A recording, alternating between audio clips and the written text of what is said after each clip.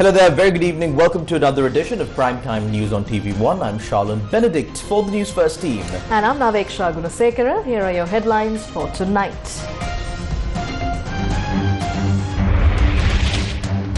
Proposal to remove Deshabandhu Tennakon from office of the IGP tendered to the Speaker. Sajid to support the proposal. Police record statements from Yoshita over nightclub brawl. Former State Minister Vyalendran, who was arrested on charges of bribery, remanded. Attorney General informs court that the Express Pearl ship had gone up in flames due to a nitric acid leak. Award-winning professor Gananath Obesekara bids adieu.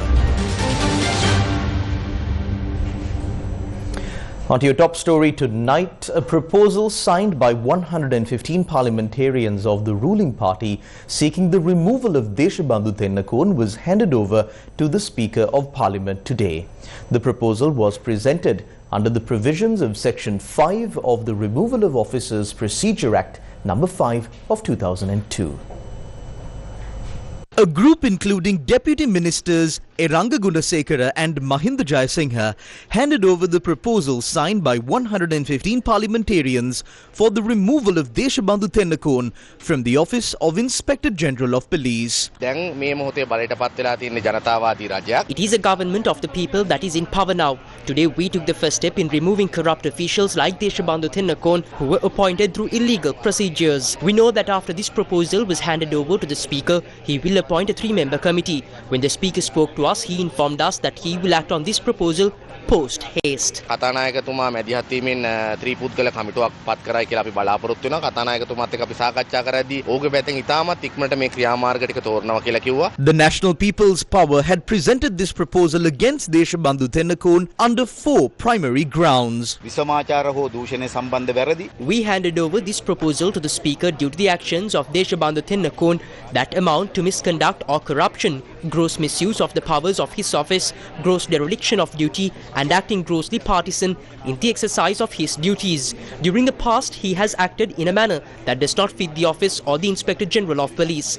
That is the reason why we, as a group of MPs, handed over this proposal to remove him from office. යෝජනාව අද දවසේ කතානායකතුමාට ඉදිරිපත් කළේ. The Removal of Officers Procedure Act No. 5 of 2002 outlines the provisions for the removal of the Attorney General and the Inspector General of Police. According to the Act, these officials can be removed on grounds of misconduct, corruption, gross abuse of power, gross neglect of duty and gross partiality, among other serious charges. As per the provisions of the Act, a proposal to remove the Inspector General of Police has been submitted containing 27 charges, including misuse of power, severe neglect of duty and partiality. Notable incidents leading to these charges include the shooting at the W15 Hotel in Valigamar on the 31st of December 2023 that resulted in the death of an officer from the Colombo Crimes Division and the assault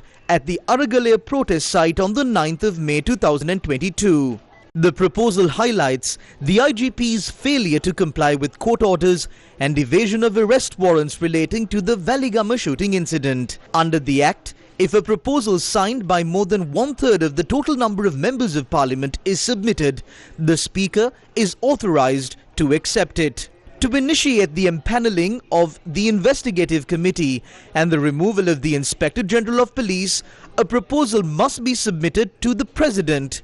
This proposal requires the approval of a majority of the total number of members of Parliament, including those not present. A committee can then be empanelled to investigate the charges and recommend the removal of the IGP. According to the Act, the committee must include a Justice of the Supreme Court appointed by the Chief Justice, the Chairman of the National Police Commission, and an individual with distinguished expertise in law or public administration, appointed by the Speaker with the agreement of the Prime Minister and the Leader of the Opposition. A Justice of the Supreme Court appointed by the Chief Justice should chair the committee. If the committee finds the IGP guilty of the charges, the Speaker can include the removal proposal in the parliamentary agenda. The proposal must then be approved by a majority of the total number of members of parliament, including those not present.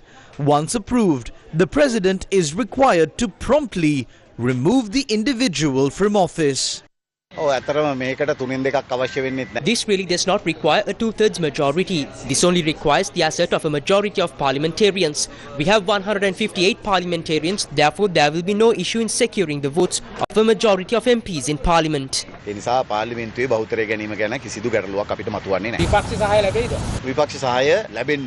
should get the support of the opposition because they always say that they are of the stance that the law must be implemented properly. Therefore, there is no reason for the opposition to oppose this proposal.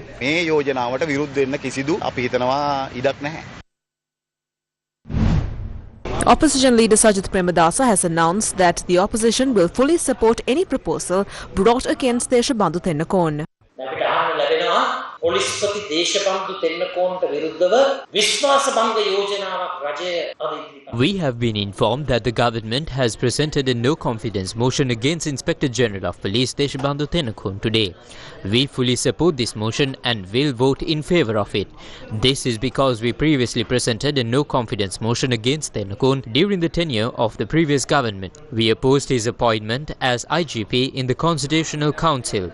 However, it is important to note that Tennakone's appointment as IGP was made in violation of the Constitution. The former President and the former Speaker must be held accountable for this constitutional breach. The events in the Constitutional Council were completely distorted and the supreme law of the country was blatantly disregarded. The former President and the former Speaker appointed Tennakone as IGP by violating the Constitution. I want to emphasize that the opposition will provide unwavering support to ensure the success of this no-confidence motion.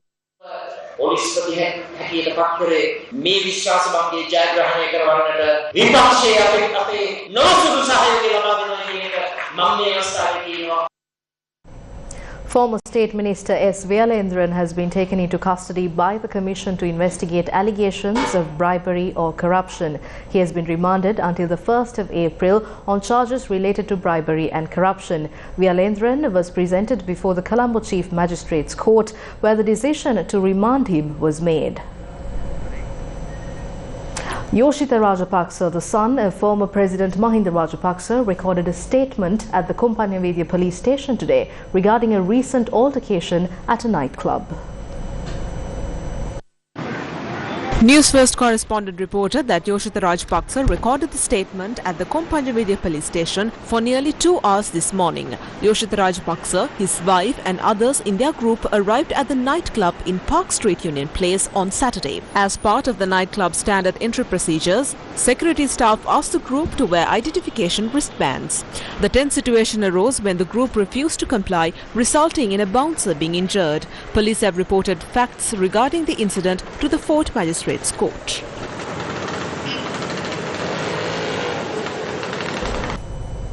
Now to another one of your headline-making stories tonight. The Attorney General informed the Supreme Court today that investigations have revealed that the fire on board the Express Pearl vessel was caused by nitric acid leak. This disclosure was made by Additional Solicitor General Nerine Pulle, representing the Attorney General. The Supreme Court was informed of the cause of the fire on board the Express Pearl during the hearing of 4 fundamental rights petitions related to the ship fire, which were taken up before a 5-judge bench comprising of Chief Justice Murdu Fernando, Justices Yasantha Kodagoda, Shiran Gunaratna, Achala Vengapuli and Priyantha Fernando. The petitions were filed seeking compensation for the damage caused to fishermen and the environment due to the fire. The Additional Solicitor General emphasized that the ship's crew and the company managing the vessel are fully responsible for the incident. Investigations revealed that despite being aware of the nitric acid leak from 2 containers for 9 days, the officers on board the ship failed to take any action. The Additional Solicitor General also clarified that the Sri Lankan government bears no responsibility for the disaster. The respondents named in the petition include the Minister of Environment, Minister of Fisheries, Minister of Ports, Chairman of the Ports Authority, Secretary of the Ministry of Environment, the local agent of Express Pearl Vessel Sea Consortium Lanka Private Limited, Marine Environment Protection Authority, Central Environmental Authority and the Attorney General, among others. Newsfirst, main sponsor. Tokyo Super, Super.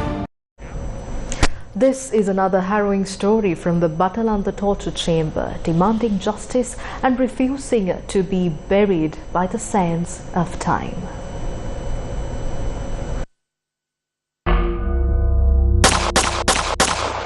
Several witnesses came forward to testify before the Batalanda Investigation Commission, sharing the horrifying truth that torture chambers were set up within the Batalanda housing complex, using several of its houses for these brutal acts. Many of the people who were forced into these chambers didn't survive. They were burned alive, entire pyres, or thrown into furnaces. But there were also those who managed to escape or survive by hiding their identities. The Commission report offers undeniable evidence that helps us to understand the unimaginable suffering that took place in those torture chambers. One of the most important pieces of testimony comes from Dr. Vimal Attanayaka. Dr. Attanayaka was an Ayurvedic doctor who worked in Bollegala, Biyagama and treated everyone, including police officers, without charging them. In 1990, a police inspector named NMSB Nisanka showed up with a group of officers, bringing 2 injured men in handcuffs to Dr. Attanayaka for treatment. In his testimony, Dr. Attanayaka described how both men had bruises all over their bodies and their wounds were badly infected. Just 3 days after that, Dr. Attanayaka was called to the police station. At the Kalaniya police station, he met Inspector Nisanka, who took him to the back of the station and showed him one of the men he had treated earlier. According to Dr. Attanayaka's account, the inspector asked him to keep this man, who was lying critically injured on the ground, alive for just 1 more day. Dr. Attanayaka did as asked, treated him and went home. 2 days later, a police jeep came to take him to the Batalanda housing scheme. What Dr. Attanayaka witnessed when he entered one of the houses in the complex was beyond anything he had ever seen. Excerpt from the Batalanda Commission report. Inside the room was a large iron bed. 6 or 8 people were chained to the bedside rails. Most of them had terrible injuries. The man Dr. Attanayaka had treated at the Kalaniya police station was also there. Nisanka asked Dr. Attanayaka to treat these men. The doctor asked each person about their pain.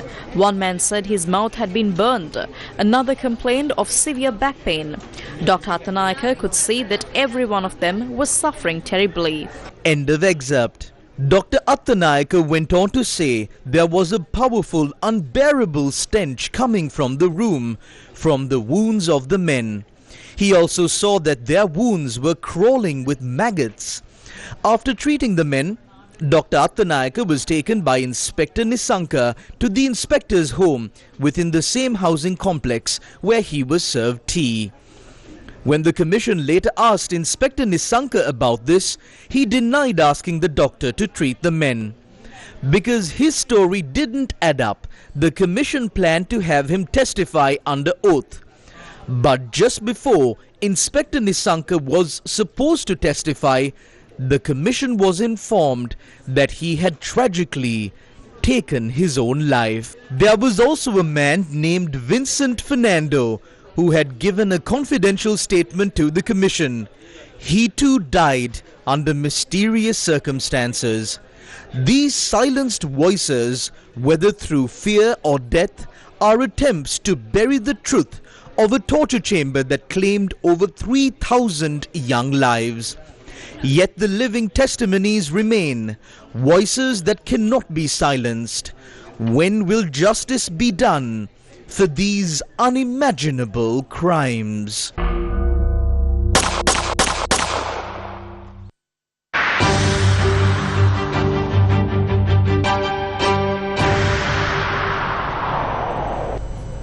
A 21-year-old woman was abducted last night in Veligama.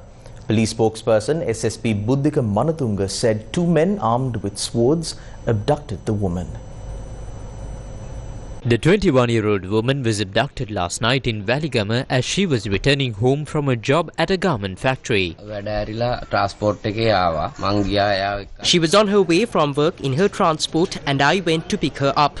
As we were walking back home, a white van followed the transport and stopped near us. The driver asked for directions to Dickwaller. In that moment, I tried to grab my wife's hand and tried to run. But 2 men got out of the van and started chasing me. They did not harm my wife at that point. After we had run about 100 meters, the 2 men quickly returned to the van. Before I could catch up to them, they shoved my wife into the vehicle and drove off. The police spokesperson said that investigations into the abduction are underway. News First with the people. Tamil Progressive Alliance leader MP Mano Ganesan said the US government may demand the government of Sri Lanka to increase imports from the USA to reduce the huge trade imbalance. Tamil Progressive Alliance leader MP Mano Ganesan met with US Ambassador to Sri Lanka Julie Chang. Posted on X, he said, quote-unquote, "Our message to the USA was that USA first and Lanka first policies should meet a positive point for both countries. USA accounts for 23% of Sri Lanka's annual exports, valued at $16 billion, but Sri Lanka imports $370 million worth of goods from the USA." MP Mano Ganesan said that the USA ambassador informed them that the Trump administration might expect Sri Lanka to increase imports from the US to reduce the trade imbalance. He added that they've also informed that US cotton fabric raw material for the Sri Lankan apparel industry is one such possible import that could be increased. Ambassador of Japan to Sri Lanka, Akiro Izamata, stressed that Japan wants to see people stand up on their feet. He expressed these views during an event in Kotiagala.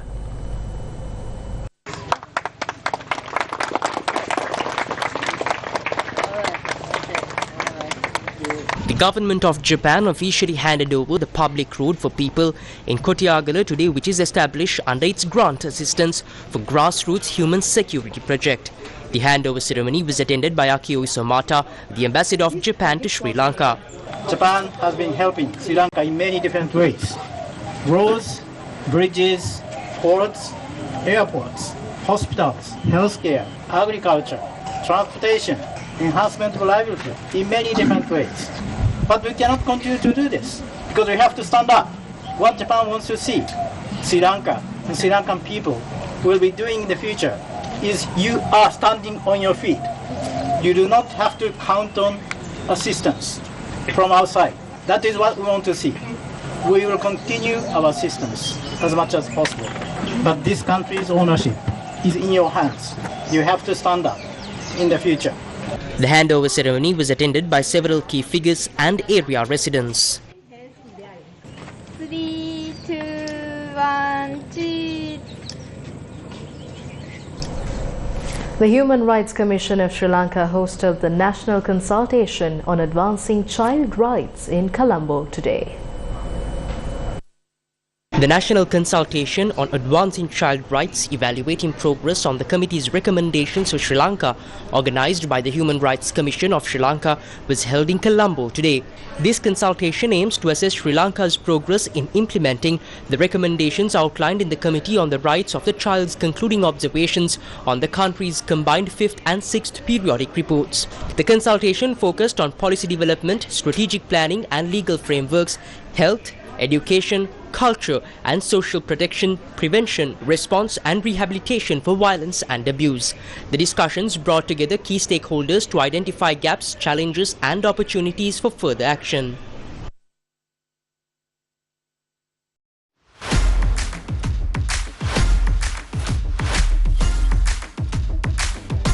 Get me more now! Aquarius!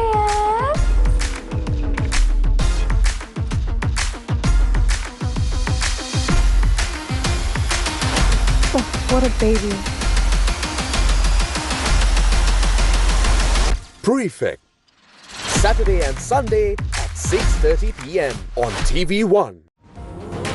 Every day, millions face the impossible. What happens when clean water feels out of reach? When an entire village is left helpless? When it seemed like no one is listening, Gammatha saw the need.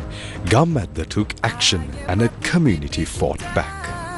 A water purification system for a village that once had none. Gammatha, for the people, by the people.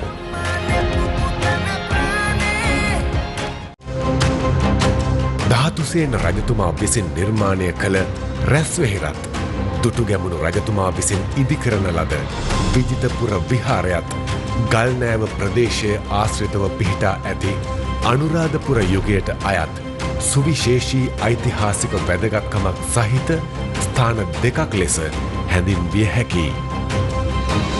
Rajarata පුරවරයේ ගල්නෑවට මෙවර සිරස වසන්තුදානය අරගෙන අපි එනවා.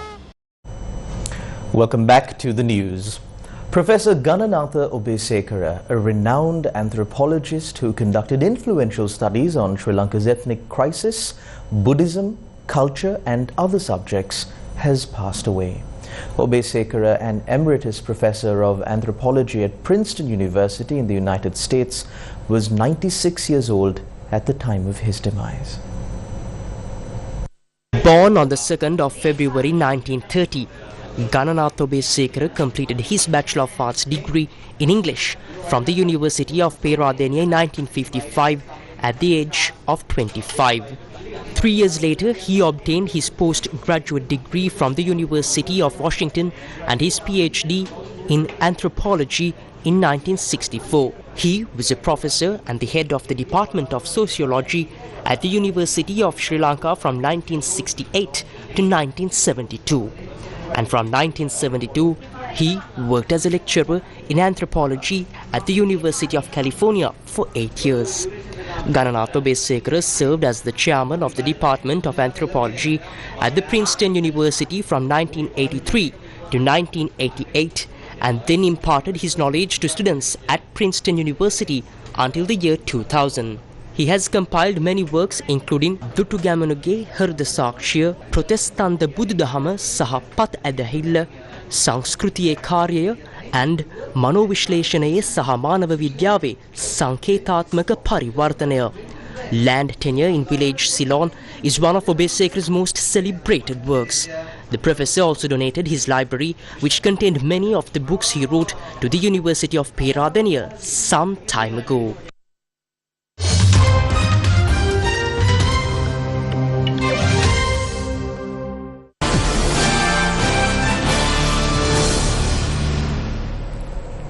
The Trump administration is facing political uproar after the White House confirmed that a journalist was inadvertently added to an unsecure group chat in which U.S. national security officials planned a military strike in Yemen. The Atlantic magazine's Jeffrey Goldberg reported that he was included on a signal message group where Vice President J.D. Vance and Defense Secretary Pete Hegseth were apparently among members. He said he saw classified military plans for U.S. strikes on Houthi rebels, including weapons packages, targets and timing, 2 hours before the bomb struck. The exposure of private texts between U.S. top officials offered unique insights into their planning for strikes against Houthi militants earlier this month. The messages also laid bare the full extent of their disdain for their European allies. Atlantic editor-in-chief Jeffrey Goldberg, joining ABC News Live, said he was added to the message chain apparently by accident after receiving a connection request from someone who appeared to be White House National Security Advisor Michael Waltz. I get a message request to connect with Mike Waltz, who's the National Security Advisor, or someone who's purporting to be Mike Waltz. Not an unusual thing in Washington. I'm a journalist. I've met him in the past. So I accept it. Nothing happens. I sort of forget about it. And then a couple of days later, I'm added to a group of seemingly very, very high national security officials of the United States. I think that this is a spoof. I think that someone is running a hoax. The main reason I thought that actually was that it seemed completely absurd to me that the national security leadership of the United States would be meeting on a messaging app to discuss forthcoming military action, and that that they would also sort of invite the editor of The Atlantic magazine to that conversation. So I tracked this for a while, obviously, to see what was going on and see who was trying to entrap me or trick me. There's a long conversation on Friday, the day before, about whether they should or shouldn't take this action in Yemen. It's a robust conversation. It's actually pretty impressive in some ways. They're going back and forth. A lot of resentment directed at European allies of the United States, which obviously enhanced the credibility of this chain, because everybody in the chain sounded like the people I know who are in this administration. Nevertheless, it wasn't until Saturday that I was reasonably certain that this wasn't a hoax, that I had actually mistakenly been included in a conversation of the Principals Committee, essentially the leaders of the national security community, including the head of the CIA, in this discussion of whether the Houthis should be attacked in Yemen. President Donald Trump told reporters on Monday afternoon that he was not aware of the Atlantic article. The White House press secretary said in a statement, quote, "The attacks on the Houthis have been highly successful and effective.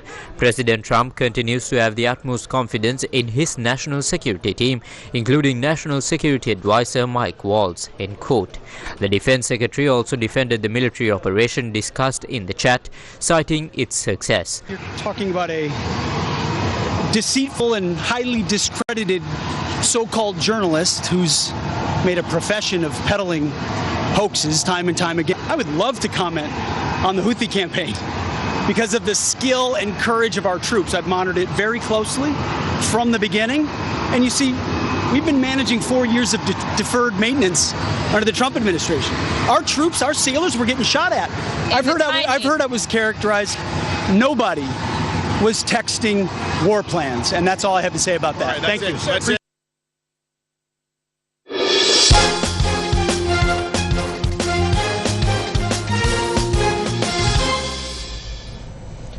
The Matale High Court sentenced Indian national Yogi Patel to 4 years of rigorous imprisonment and imposed a fine of 85 million rupees for attempting to bribe renowned Sri Lankan cricketer Upul Tharanga to fix matches.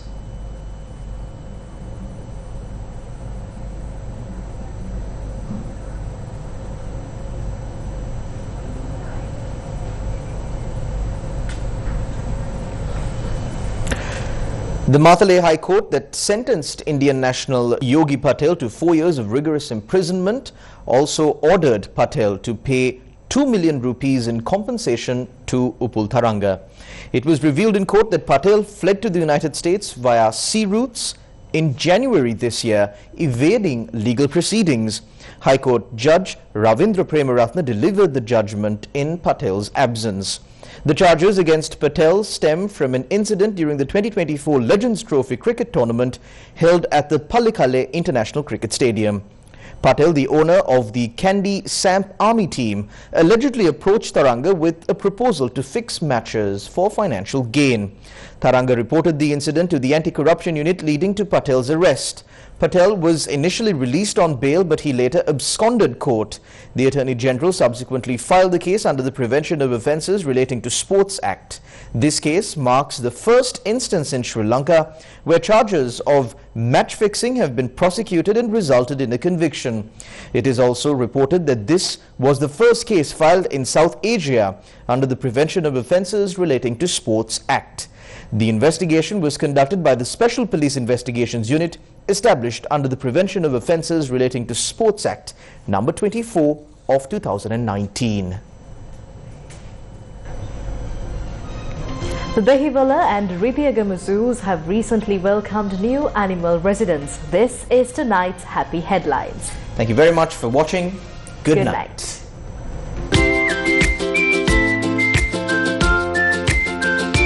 Happy Headlines. This is the Dehiwala Zoo. 2 Himalayan brown bears have arrived at the zoo as part of an animal exchange program with the United Arab Emirates. This is Nilame. He is 6 years old, and this is Manike. She is 5 years old. This species, which is endangered, is typically found in regions such as the Himalayas, northern India, Nepal, Pakistan, China, and Tibet. And visitors can get to see them at the Dehiwala Zoo now. A group of meerkats have also joined the zoo. Known for their curious and active nature, these meerkats are native to the dry grasslands of South Africa, Mozambique, Zimbabwe and Botswana. Well, this is the Ridhiagama Safari Park. A spotted hyena has made this safari park its home. Hyenas native to Africa's savannas and forested areas are known for their distinctive laughing appearance and sounds. They are the largest carnivores in Africa after lions. With all these new arrivals, there's plenty to see and enjoy at both zoos. So when are you planning your visit to say hello to these new animal friends? Happy headlines.